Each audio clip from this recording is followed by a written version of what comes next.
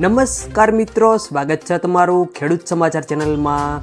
મિત્રો, આજના આ વિડીયોમાં અંબાલાલ પટેલ દ્વારા ગુજરાતમાં ફરીવાર માવઠું પડવાની આગાહી કરવામાં આવી છે। ત્યારે આગામી દિવસોમાં ક્યાં ક્યાં માવઠું પડશે તેને લઈને આ વિડીયોમાં વાત કરીશું। વિડીયોમાં આગળ વધતા પહેલાં જો તમે અમારી ચેનલમાં નવા છો તો નીચે લાલ કલરનું સબસ્ક્રાઇબ બટન આપેલું છે તેને દબાવીને બાજુમાં રહેલા ઘંટી બટનને પણ દબાવી દેજો, જેથી અમારા આવનારા તમામ વિડીયોની માહિતી તમારા સુધી મળતી રહે। તો ચાલો શરૂ કરીએ આજનો આ વિડીયો। માવઠાને લઈને હવામાન નિષ્ણાંત અંબાલાલ પટેલની આગાહી સામે આવી છે, જેમાં રાજ્યમાં ગરમીથી આંશિક રાહતની સંભાવના છે, તેમજ વેસ્ટર્ન ડિસ્ટર્બન્સ સર્જાતા તાપમાન ઘટી શકે છે તથા 20થી 21 એપ્રિલના રોજ રાજ્યમાં વરસાદની આગાહી કરવામાં આવી છે। ત્યારે કચ્છ, ઉત્તર અને દક્ષિણ ગુજરાતનું વાતાવરણ પલટાઈ શકે છે।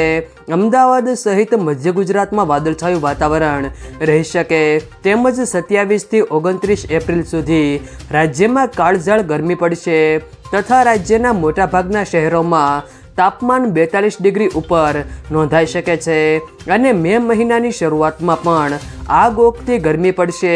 ચૂંટણી સમયે પણ રાજ્યમાં કાળઝાળ ગરમી રહેશે। અખાત્રીજ આસપાસના સમયમાં રાજ્યમાં ભારે પ્રી મોન્સૂન એક્ટિવિટી નોંધાઈ શકે છે। દરિયામાં પવનનું પ્રમાણ વધતા આંધી અને વંટોળ સર્જાશે।